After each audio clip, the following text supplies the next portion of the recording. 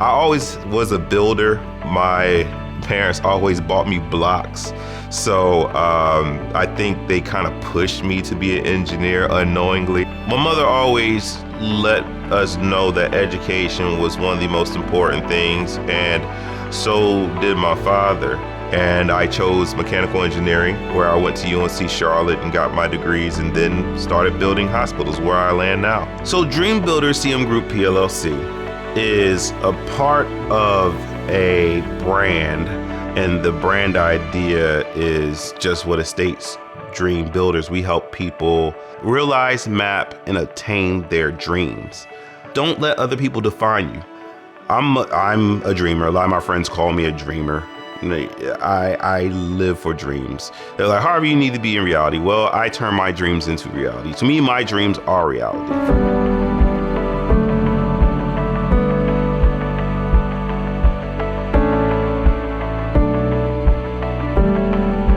All right, so I'll tell you a little bit about myself, Harvey Hall. I went to UNC Charlotte as a mechanical engineer and also a physics major with a math minor. I grew up in Fayetteville, North Carolina. I lived in a single parent household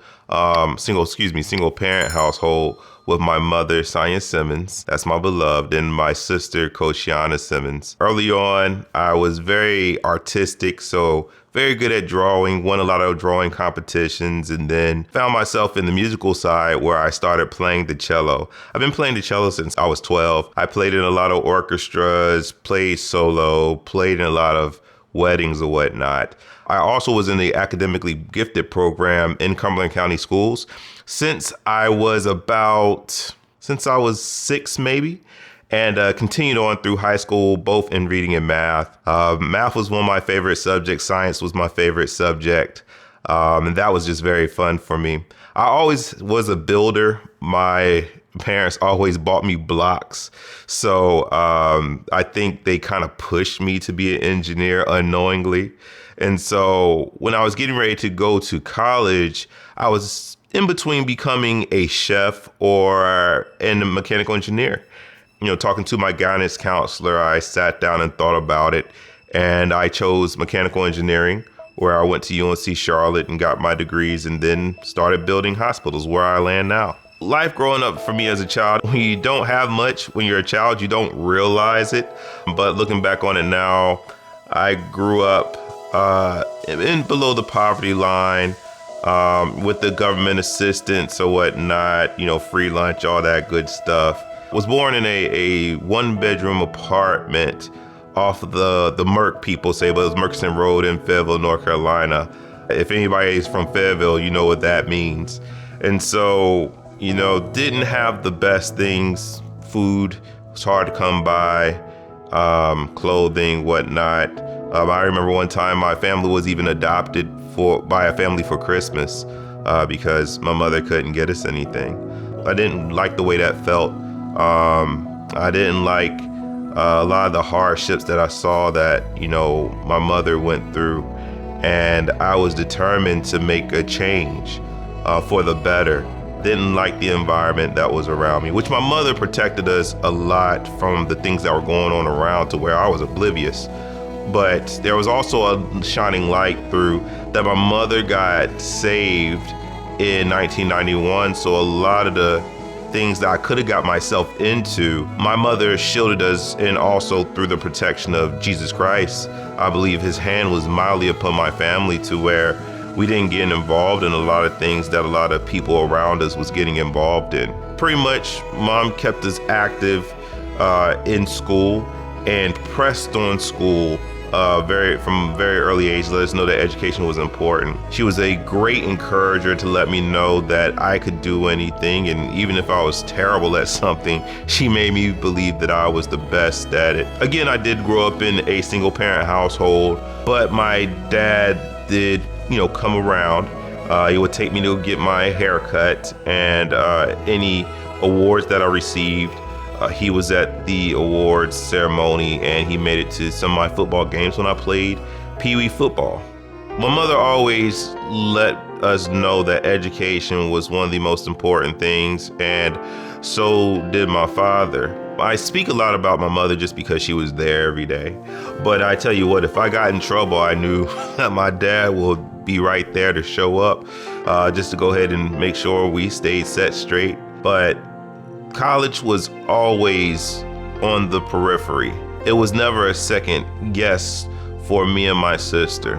My mother, if she had to be at the school, she was at the school talking to my teachers. Very involved with our grades, needed to see the report cards. One of the highlights of doing well in school was that my father would take us to go get banana splits if we made straight A's. Had to make straight A's though. So we always strove for those straight A's. Early on it was easier for me, but as I took harder classes, the honors classes, the AP classes, it became a little challenging, but we still were able to make it through. One funny story I'll share is that my 12th grade year, I was actually in danger of failing with straight A's. I did not have the attendance, although I had the grades. And so my mother got a letter home that said I had 28 absences. And she asked me, she said, "Harvey, are you going to school?" I was like, "Oh yeah, sure." Now I'm driving myself to school at this point. And she's like, "That's funny. I got this letter in the mail and it says that, you might have to start going to Saturday school." Yeah, jig was up. She got me red-handed. So we got that squared away and I don't think I missed another day. So what brought me to Alabama was the VA. I worked for the Department of Veteran Affairs for 12 years, where I built hospitals for veterans. I'm talking from the ground up construction. So I was involved in the planning phases, the pre-award, where a hospital is expecting growth over the next 20 years and they're looking for a capital asset to cover those gaps in their business model. And so we sit down with a architect that we hire for pre-award services, and we go through what capital needs, what requirements, staging documents, concepts, designs, those type of things. And then we get ready to package it to put on what we call the street, but it's putting it out for bid. And we hire pretty much a design build firm to build something, and they design it, build it. I manage the whole process and then get it to be in construction, where I monitor the construction, of it being built up. At the end, I make sure every box is checked. The customer has exactly what they needed, and on to the next. So my first project from the ground up was Tallahassee. After Tallahassee completed, I then moved to Mobile to build the VA Mobile Clinic. The funny part about that was when I moved to Mobile to begin the project, I read a paper of how we were already behind and over budget. So not sure who they got that information from, but I thought that was a funny introduction to Mobile. I have to say that I first had an interest in building at a young age. Again, I feel like it was forced, from Legos to Connects blocks to all types of building blocks for young people at an early age. So I've always been good with my hands. My passion though was cars. I love cars, everything about them, from the science of them, just to how they just function in general. I love to drive fast. Not saying I violate any speed limit anywhere, but I do like to drive fast up to the speed limit. I love to tinker things. I like to take things apart, put them back together, hopefully with all the pieces in there. Might be missing a screw or two, but I love that. And so that really is what got me interested in building and mechanical engineering. It's the best of both worlds, because you get to know how the structure of things work, how moving parts work, how air, how water works, how any fluid works, and then also you learn about electricity. So to me, mechanical engineering was the mix of the cauldron of all the engineering fields poured together. And then when it came to building construction, I kind of fell into that, which is another story, which I can go into. So I graduated 2009 in the midst of a recession. And so degrees were just as useful as the newspaper that nobody reads today, or at least so I felt. So I graduated during a time when there wasn't a lot of jobs on the market. My sister ended up getting cancer at around the same time. So I felt in my heart the best thing for me to do was to go home and help there. Also, I had a 1-year-old niece. I think she was 1 around the time. And so I think my family needed me. So I moved back to Fayetteville, North Carolina. I made sure that my family was taken care of. While my sister was off getting treatment, seeing doctors, I was spending time with my wonderful niece. And we have that bond till today. You know, every day waking up, 3 months, just me and her, wiping her little bottom and putting those little diapers on and all that type of stuff, feeding her. And I don't know anything about taking care of a kid, you know, but it was good times during that time. So then once my sister seemed to be doing better, I went and got a job working at Firestone as a salesman, and then I became what's called a tire sales manager. I was working on this one lady's Jaguar when she came in, and her name, I will never forget her name. Her name was Rosalind. And I thank God for Rosalind, because we were talking and she said, she was like, "You seem like you're very smart." I was like, "Yeah, I have," I told her my degrees that I had. And she was like, "Why are you here?" You know, I told her my whole story. And she's like, "I want you to apply to something." So I applied to this VA program. It's called a TCF internship program. And I applied for it, and she put in a recommendation for me, and I interviewed. And it's funny because God works in mysterious ways. And he rewards those who, you know, sacrifice themselves for others. When I interviewed for the position, I'm up against people who have masters in this and got years of experience and when I interviewed, after I interviewed and I got the position, my TCF preceptor, or the person who was mentoring me, told me he selected me because I was the only person who had managerial experience, and my managerial experience came from Firestone. And so that's how I got into building. And from there, just continue to build on for the VA. My education journey never stops. I'm always learning. I never think that I quite get it. But if I had to think of a core competency, I would say, one, to have a strong understanding of design. Mechanical engineering geared my mind to think like an engineer and to understand engineering concepts. So that was one. I'm also a licensed engineer, so that kind of fortifies myself as an engineer. Two, you would need a construction manager background or project management. So for those who don't know, project management or construction management is project management for the construction field. That's basically what it is. And so one does need to know how project management works intimately.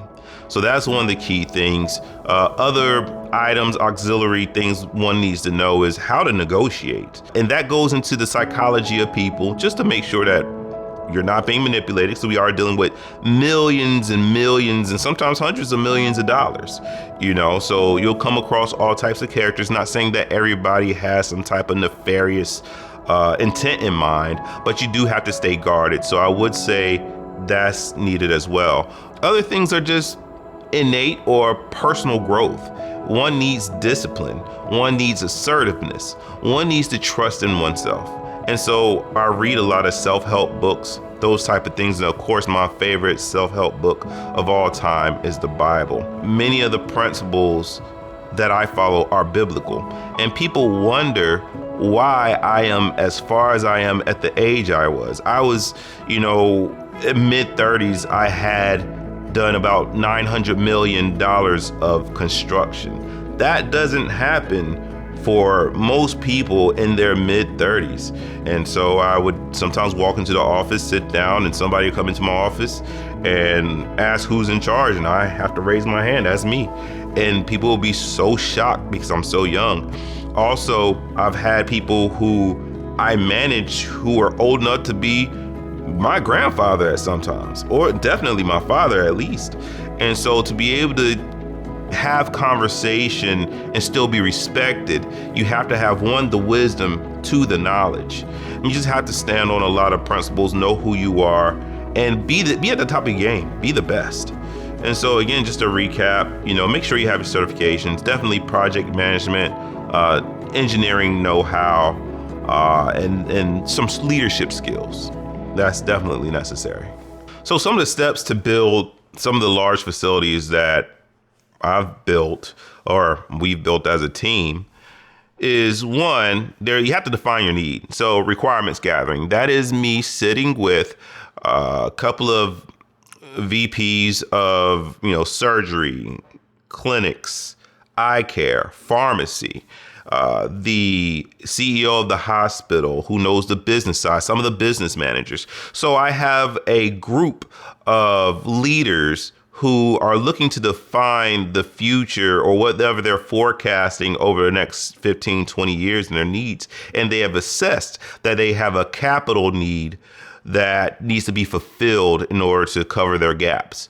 So one, that's the first thing, is helping people with the requirements gathering. Two, looking over the documents and making sure that what we're building matches the culture and the business model of what's being produced. So once we have that plan put in place or have it kind of defined, now we can go put it to bid out on the street. So we put it to bid and we get a couple of bids. I'm on the awards team, so I'll sit and I'll review some of the applicants and we'll go back and forth. Sometimes we'll have a best and final, negotiate a little bit, and then yay, they're awarded. Once this awarded, basically it's contract management at that point, looking to make sure that they're checking all the boxes, doing the quality assurance, double checking drawings, calculations, making sure things are done on time. Time is money. So timeliness is very important in my industry. So making sure that, hey, are you going to meet your timeline? Not waiting until the timeline comes. Follow up is so important as a project manager. So I'm always following up. Not only that, I'm making sure that the team is melding properly. We have this thing called the stages of project team development. And that is forming, storming, norming, and performing. First, when you put a team together, you're forming it. And then everybody's nice, happy. But then after a while, you start stepping on each other's toes. The real you settles in. Now you're storming. And then after you start, okay, well, here's your boundaries. Here are my boundaries. Now you're norming. You're making things normal, normalizing, and creating those social norms within your group. And then after that, you start performing where, okay, we all know how each other fits into this puzzle. Now we can do what we need to start doing. I typically push my team straight into storming. I want us to be comfortable. I want us to tell each other the truth. Bad news does not get better with time. So I always push openness and honesty and good ideas, bad ideas, whatever, just ideas on the table. And we sort things out, sort problems out, openness. And that's pretty much what helps facilitate the team moving forward in the design process. So again, just to recap, we had the pre-award, putting all the requirements together with the client. Then we had the procurement process where we're putting the bid out, getting awards. Then we awarded it. Now we're putting the team together, making sure it's working and functioning properly. Then that's also in the phase where we start designing. So then we go through the design process with the engineers, with the end users, making sure the engineers are designing exactly what the end users need. And then from there, we go straight into construction.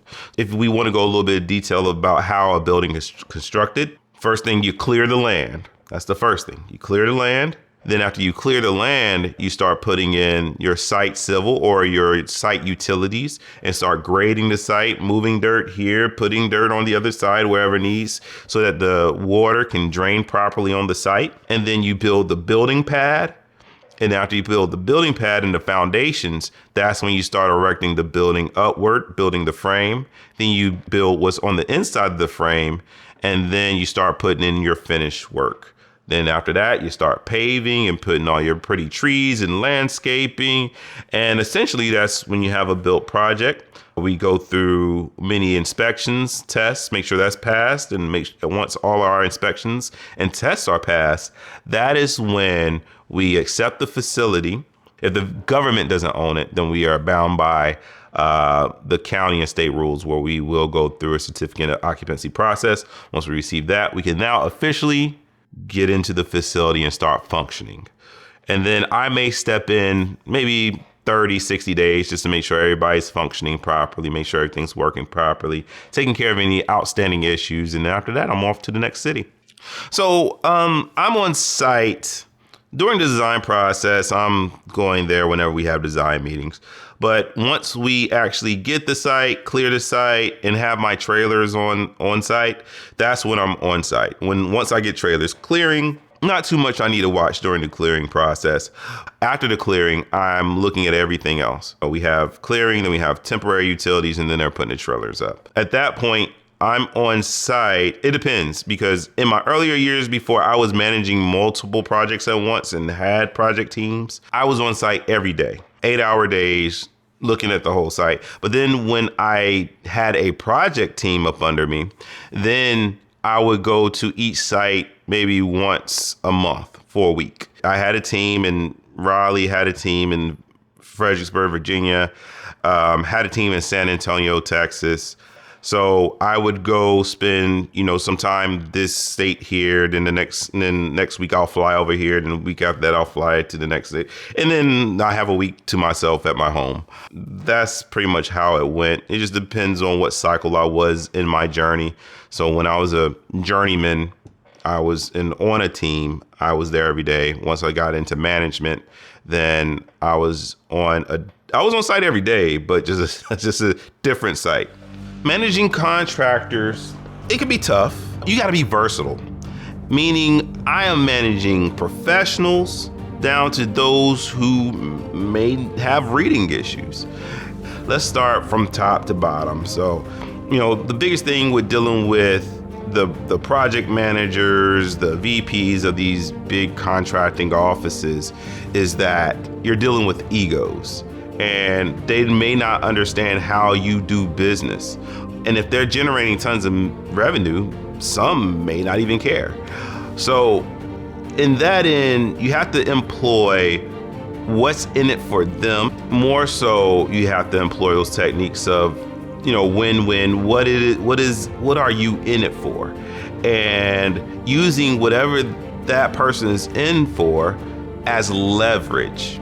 Because if they're managing something, they could be managing tons of jobs, and yours is just, although it's millions of dollars at stake, that could not have a steady reflection in how they perform. So you really have to start using some of those negotiation tactics, some of those psychological tactics, and determining what it is in for them. Now, when it comes to your boots on the ground, those type of things, you really have to have a no tolerance stance, and you have to mean what you say. You have to be honest. These people that are boots on the ground, they really respect those who do what they say, period, and mean it. You can't have thin skin. You got to have very thick skin. These people sometimes, they could literally walk off your job if they're not happy, depending on how much work they got. It's a pretty much of a give and take, a little tap dance, but a lot of things that people said they appreciated about me was my honesty. I will pull them aside, hey, you need to do this, or hey, look at that right there. I don't like what I see there. And they may complain, him and haw, but I'm like, hey, I'm telling you, here's the standard. It's by the book. It's not per my opinion. This is the standard that we set here. I've made it clear.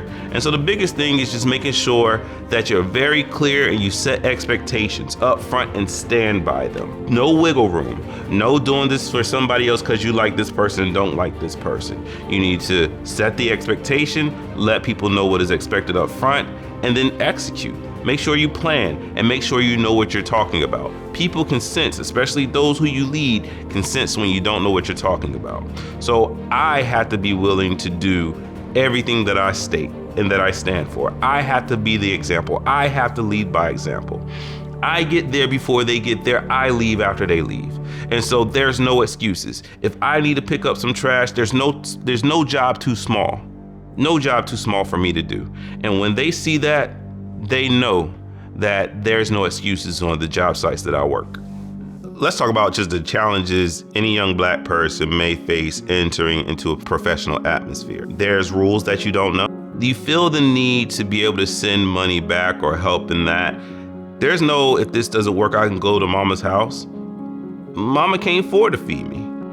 I got to make it happen. I want mama not to have to worry about bills like she had all her life.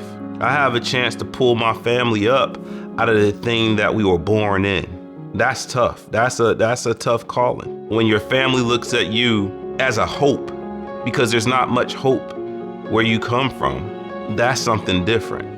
God gave me broad shoulders to handle it, but that's something that's challenging. There's no do or die. There's just do, because I can't die. Because if I do, a whole lot more people are coming down with me. And so I say that's one of the toughest things, being young and Black, and not everybody understanding I'm giving it my all on this. There is no backup plan. So that's challenging. Another one, but getting a little bit more lighthearted. Of course, going into the boardroom and having, a lot of older white males, I just go ahead and say it straight out, who look at you like, why are you even here? Like, who are you? But not recognizing that you have the talent and that you're there for a reason. I wasn't in my position because of affirmative action. I was in my position because I was good at what I did. I got promoted fast. I was on accelerated promotion programs.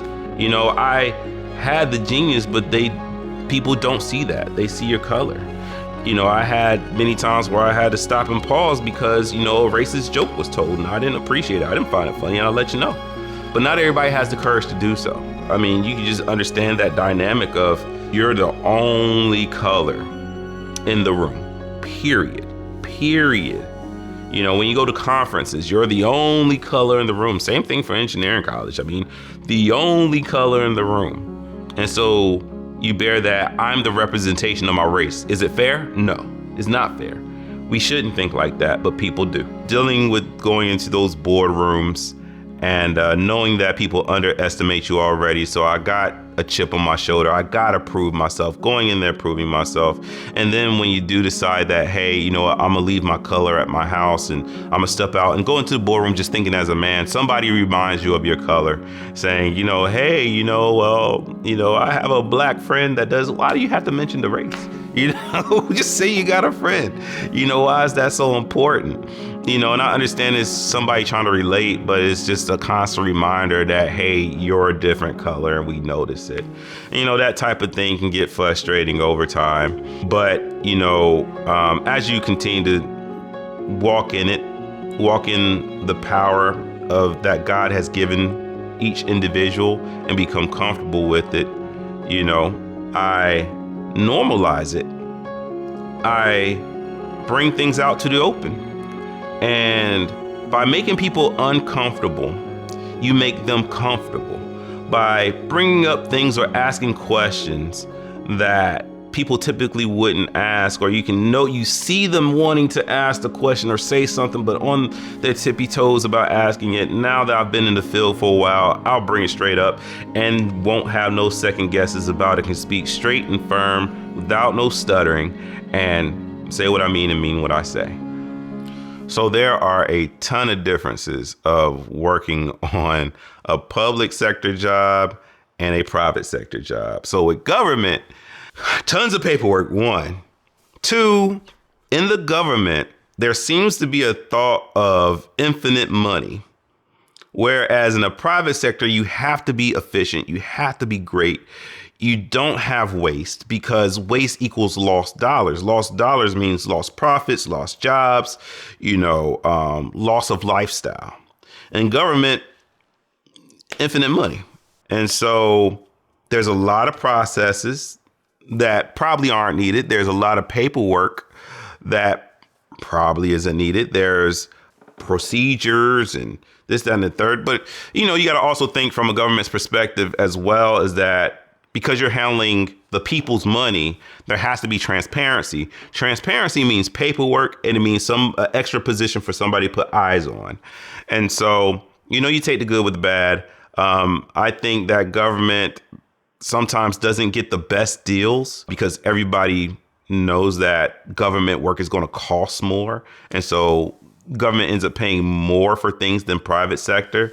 Sometimes because the red taping and because of politics, and that's another conversation for another day. It's how politics plays a role, administrations play a role, and you can be doing one thing and have to pivot all of a sudden. And sometimes things take a lot longer than they should because you got to wait on this approval, and that approval goes up so many chains. And the same thing happens in larger companies as well. So larger companies can be just as bureaucratic. Private sector, and I might show some bias just because I lived in both, and one I do prefer because of my personality. Private sector, hey, we got to be efficient. We got to be fast.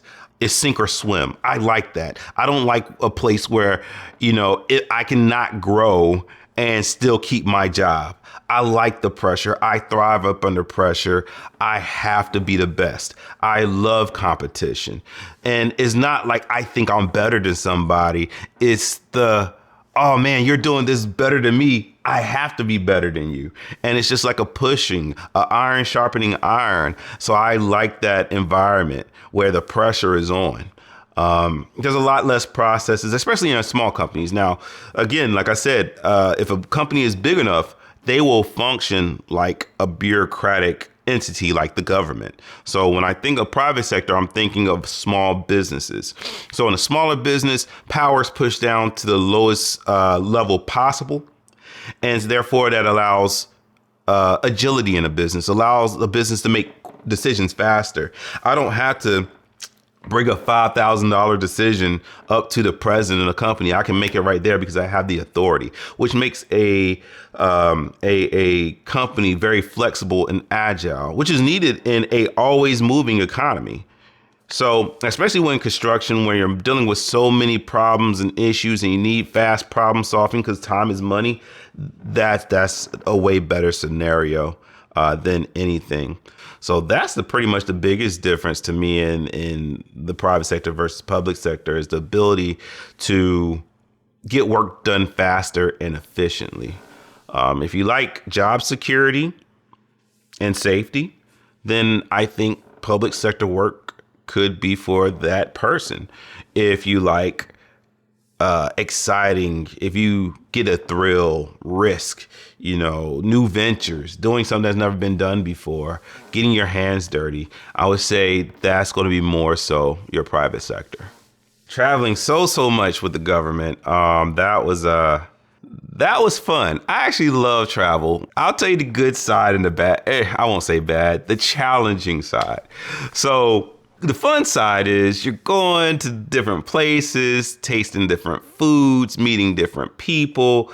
And just within the United States, there's so much different culture. And you open your mind up, ultimately come along to the point that we're all the same. We just do things differently. I mean, that's pretty much what it is, but I enjoy the differences. And that's the thing. I think that in today's world, we try to act like we're all the same. We're not. We may want the same things, but we do things differently, and that's okay. That should be celebrated. Traveling so much has afforded me that different outlook on life and to enjoy and meet some beautiful, wonderful people, make lifelong friends, and make lifelong impacts in other people and people to have lifelong impacts in me. So that's been awesome. Now, the challenging part about it is keeping the weight off, because you're always eating at different restaurants. I heard Kansas City got the best ribs. No, Memphis, Tennessee has the best ribs, and I got to try them all, right? And so, that's the tough part, is learning how to maintain a healthy lifestyle. It's got to the point one time where I was I could sleep faster in hotel bed than my own personal bed at home because I would be gone from home for like 2-3 months. I go home, I don't have anything in the fridge. I buy groceries, I go, wash clothes, do whatever I need to do and take care of the house. And by the time I got all that done, it's time for me to leave again. That was tough. Nothing felt like home. I'm still trying to get a sense of what is home. What does that feel like? So you can lose a sense of what home is. Many of my personal relationships, I won't go too far in my love life, but some of that suffered because I was always gone. And there's always the question, what is he doing? I'm busy. I'm handling business, and you don't have time to really cultivate and invest in those type of relationships that need to be invested in. I know many of my colleagues who, ended with that lifestyle, divorced, because how can you maintain a marriage in that type of situation unless she's coming along with you? How can you really stay impactful in your children's life when you're moving around like that? That's very tough. I had to travel a lot because I had hospitals in different parts of the States. I even had some in Puerto Rico. I wasn't complaining about those. Loved it. But, I had a hospital in Texas, had a hospital out in Hampton, I had a hospital out in Raleigh, had a hospital out in Fredericksburg, Virginia, had a hospital in Mobile. Went to go help some people out in California with a project. That's also a thing. I'm also helping other projects as well, even if I'm not the project manager or senior resident engineer on them. So I'm always gone. Now, my department has changed the model to where you don't have to visit your area as much, but due to the decline in the talent pool, which all industries are suffering, it's hard to hire people these days. It's a lot of jobs and not a lot of bodies that can fill them. I would have a larger workload on my plate than if it was a different time in history. I love teaching. So my experience as an instructor has been the best. Teaching is a part of me. Teaching, mentoring, tutoring, that's in my blood. So one is just rewarding. I got offered the position, and they asked me what my rate was, and I told them not to worry about it because whatever my rate is, and it was a local school, so I know the salary of a project manager versus the salary of a professor, I'm pretty sure it's different. So I didn't expect them to be able to meet my salary needs, but I told them I just wanted to do it because it's something that I love to do. I love to teach and give everything that has been poured into me out. It felt natural, and the reward was how attentive the students were. I mean, this is a 3-hour class on Monday and Wednesday, and these people work, okay? So they work, then they come in for 3 hours, and it makes my heart proud when they're still wanting to stay in class and ask questions an hour after class is gone. I'm like, I have to leave, but they're still hungry, and it's not only the hunger for the knowledge that I give, it's also that I've watched them start businesses in the middle of the class from the information they received in class. They're actually putting pen to paper on what we're learning in the classroom. And do I give them extras? You bet I do. If I see that somebody is just as attentive, I'll give them my all. And I told them this. I said, my money is just as green as if you don't come to class or if you do come to class. If you pay attention, if you don't pay attention. It is up to you to pull everything you want out of me. You're trying to get something from me. And I left it at that after the first day, and they took full advantage of that. But I love it. I will give them every single thing they want, ask, need. If I don't got it, I'll go find it for them. Because I just like to see people doing well. I like to see people on their path. Because I know what it's like to need something and not have somebody help you. You have to figure everything out the hard way, which there is something to be appreciated in that. Don't get me wrong, I'm not complaining about it because that actually pulls something out of you. If I can make it plain for you so you can go a little bit further and you don't have to spin your wheels like I did, that is great. If I can stop you from making some of the same mistakes I did, that is great. There's been people who helped me and they poured their life's work and their knowledge into me. So how dare I hold back from somebody else and not putting it in somebody else's cup? Because I have people in my life who have given to me without restraint.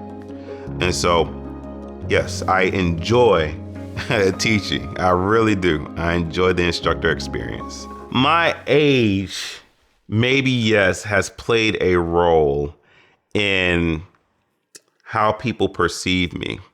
But when I speak, knowledge flows. And that's not me being arrogant or anything like that. I'm just very self-aware.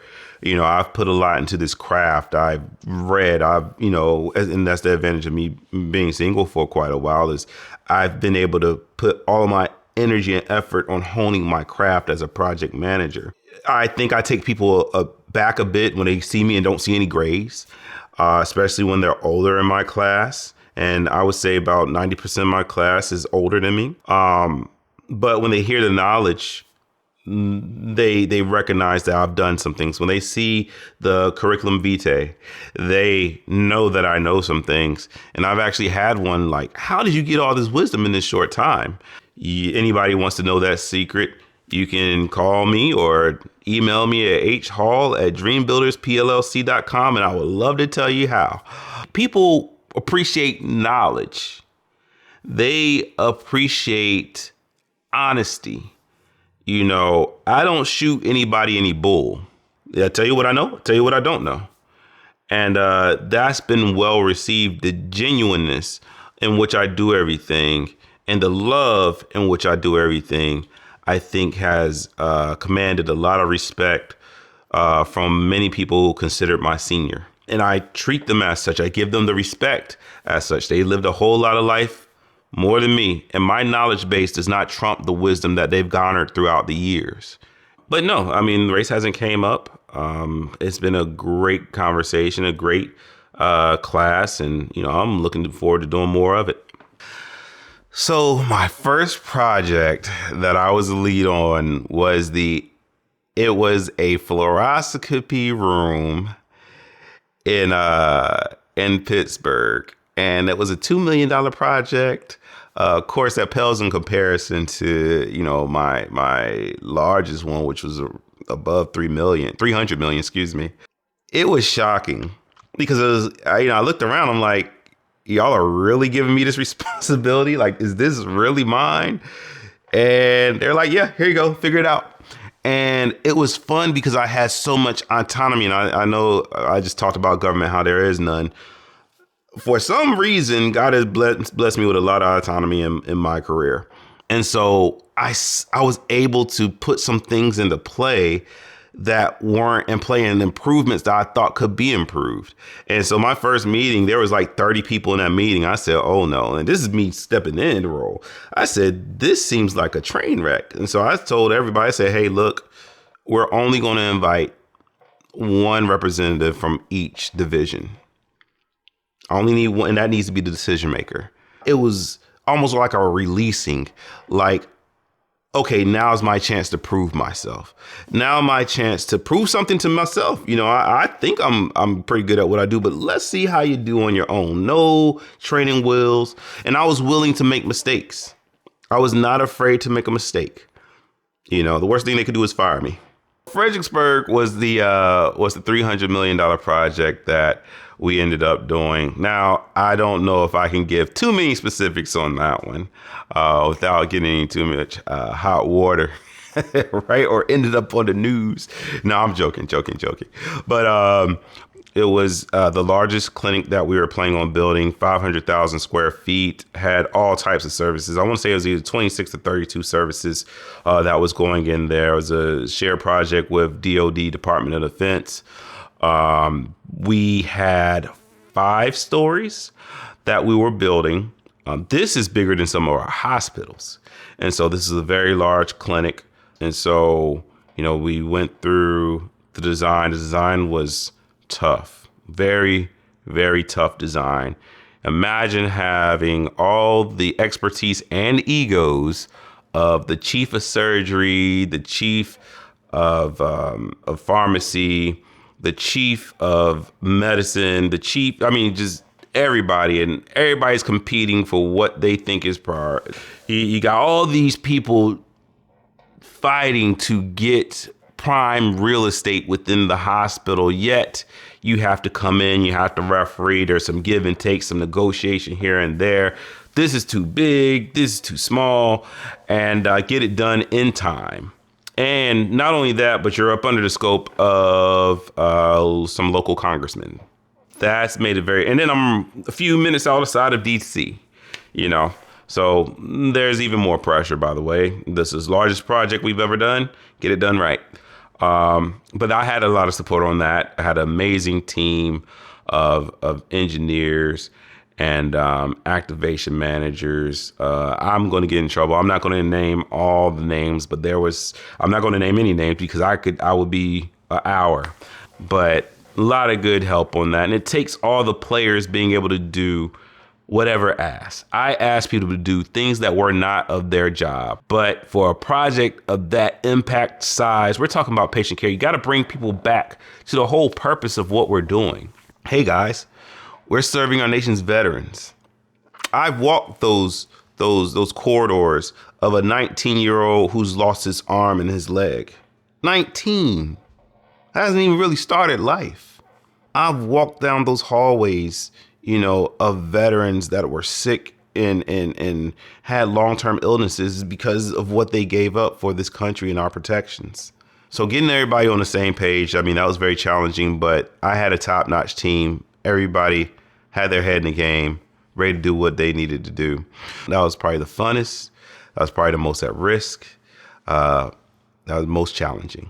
It's always rewarding to see it done, to see first you saw like nothing but trees and whatever, and then to come back and just drive by and see a hospital and people working. And then I go visit sometimes and people don't know. They don't know is my name on it. I am Harvey Hall, the name that is on that bronze plaque out there. They don't know. And I go and I talk and I just casually just say, how do you like this facility? Oh, let me tell you. Oh, it was run terrible. Oh, I'm asking about the facility, not how the business ran, But, so I asked them about the facility. Oh, we love it, natural lighting, and just to go back and see and then sit down with the veterans and tell. And sometimes veterans will pull me aside and say, we feel like people care. And that's rewarding. Whereas we've been needing this facility for so long and this is state of the art. I'm going to get my care here all the time.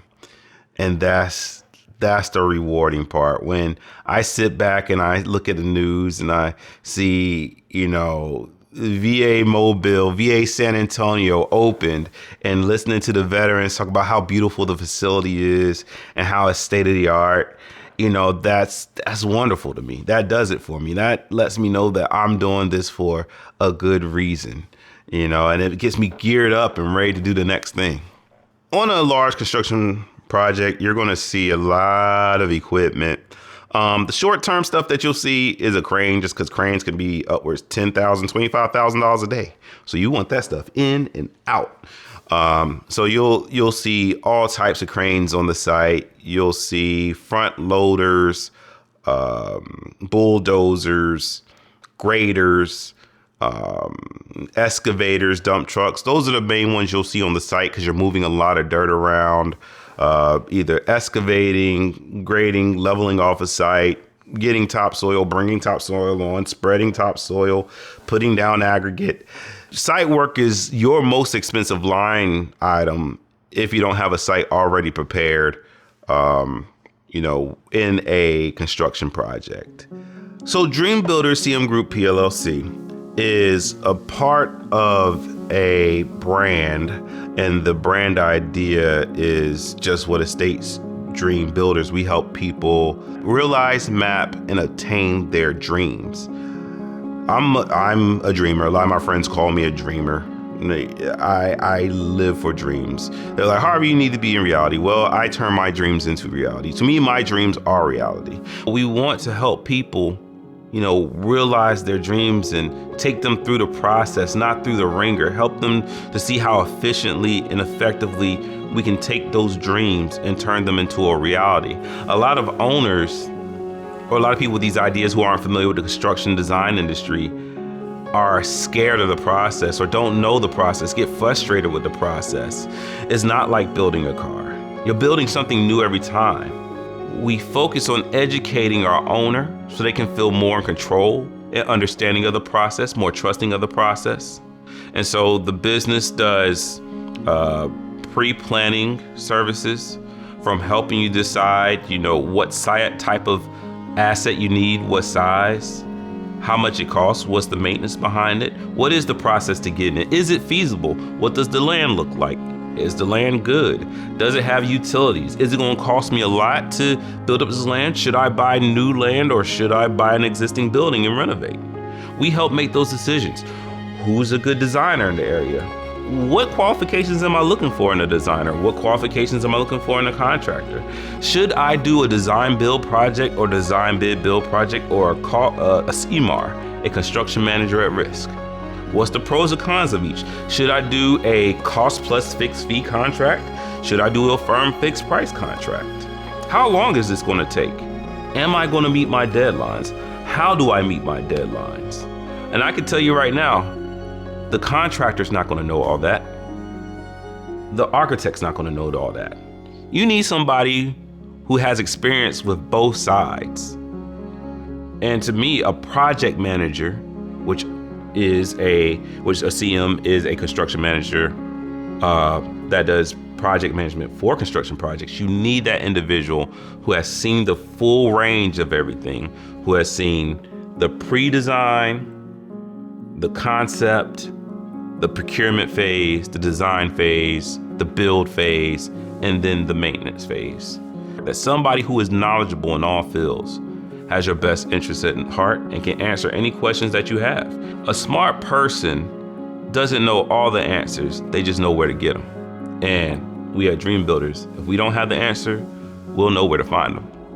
What I would say to at-risk youth or any young person that's not focused on what's important in life, there's a myriad of things, and I'm trying to put it in a nutshell. I don't know any retired drug dealers. I don't know any retired anybody who's not doing things in the right way. I don't know retired game bangers. I can tell you right now, my pop was a gangster.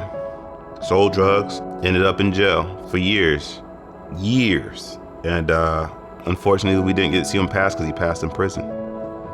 Fortunately, he met Jesus Christ in the prison system, but he didn't have his freedom.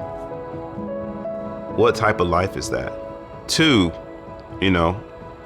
it goes to loving yourself. Find who you are, would be my message. Find out who you are. Know that God loves you and God created you for a purpose. You are not a mistake, regardless of whoever. If you know anything about conception, that is a low probability, such a low probability. You can't be a mistake. You have purpose on this earth. You have to find it, and you have to find out who you are. If you don't know who you are, you can't love what you don't know.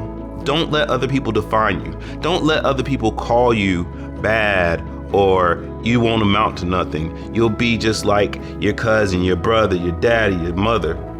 Don't let people define you. God loves you. He has made you for a purpose.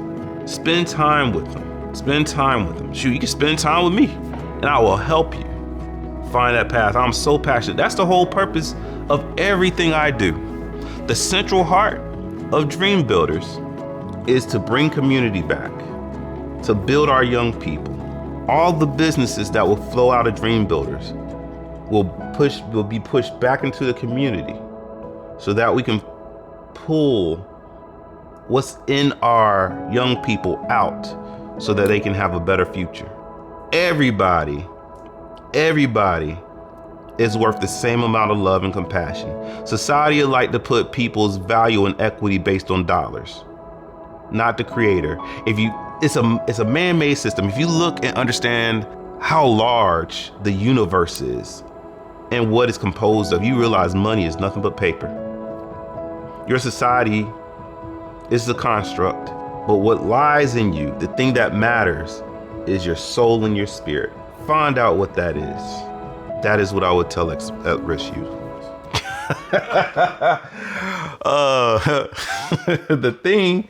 There's a couple things most people be surprised about. One of those things would be that I do have a Jordan collection. I have a bit of a sneaker or a shoe issue that I'm working with my therapists with and through. No, I'm joking. We're not working on it. I'll just go to the bank and give Jordan the money he asked for. No, but that's fine. Hey, if you got it, enjoy yourself. But yeah, but don't go spend them tax refunds on it. Invest that. The other thing is that I do play the cello. That always surprises people. I can draw very well. And two more things that people are shocked by is that my favorite restaurant is Waffle House. Hands down, out of all the expensive restaurants, hoity-toity, all that good stuff, give me some good old Waffle House all-star breakfast with, I'm actually going to go there after this.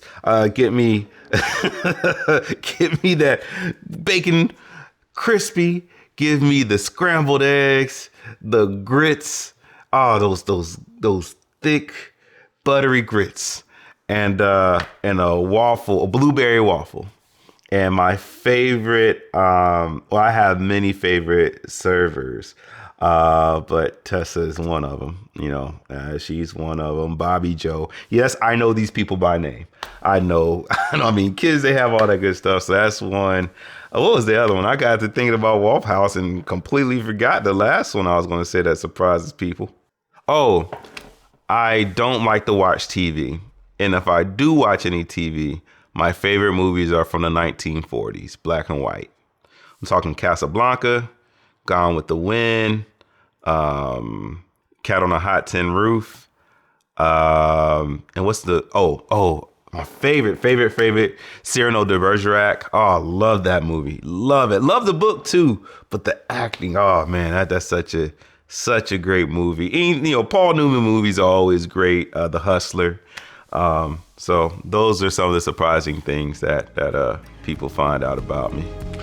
People can contact me at H Hall, that's Hotel Alpha Lima at Dreambuilders PLLC.com, and that's P as in Papa.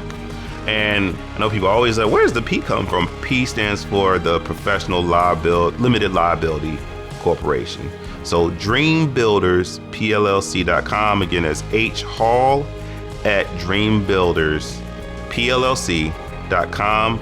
Or you can contact me at my personal phone. I pick up all the time. 910-489-5353. That's 910-489-5353. You can reach me either way. That's fine.